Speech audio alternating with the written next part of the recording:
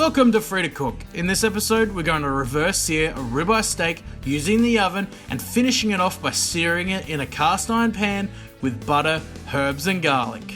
I hear you asking, what's a reverse sear? By slowly bringing the steak up to temperature and finishing it with a hot sear, you get a wonderful, evenly cooked steak to your liking. This can also be done in a Weber or a sous vide machine, which I've showed you in other videos. When it comes to reverse searing, the steak needs to be at least an inch thick. Thicker the better. Season the steak with coarse salt and pepper. Take a baking tray, line it with a sheet of baking paper, then place a cooling rack on top. Sit your steak on the rack. The reason for using the baking rack is to help the steak evenly cook. By having it raised up on the rack means that the heat can surround the steak. Heat your oven to 265 Fahrenheit or 130 Celsius before placing your steak in the oven.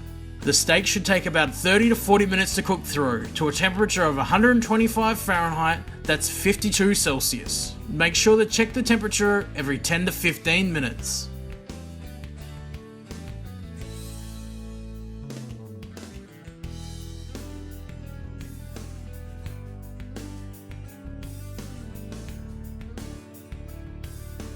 After about 35 minutes, this steak has reached the perfect temp.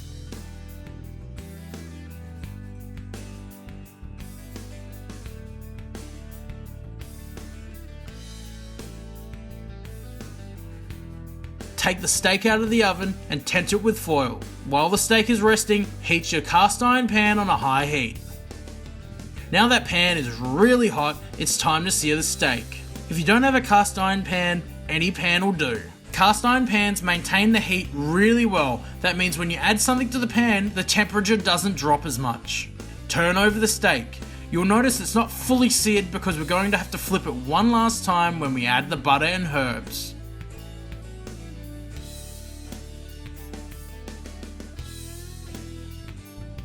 Turn off the heat and add 3 knobs of butter, then some fresh rosemary, thyme, and a couple cloves of garlic.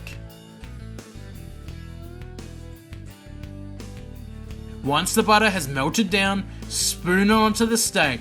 This adds a beautiful flavour to the steak.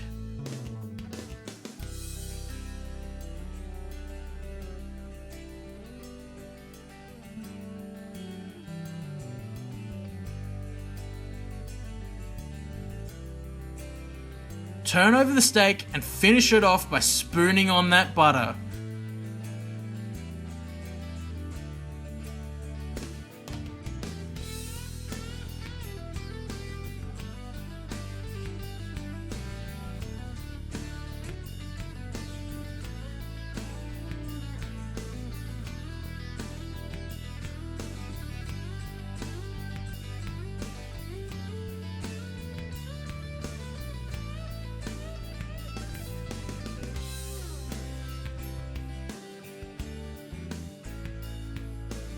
Once the steak has been fully coated, it's time to serve.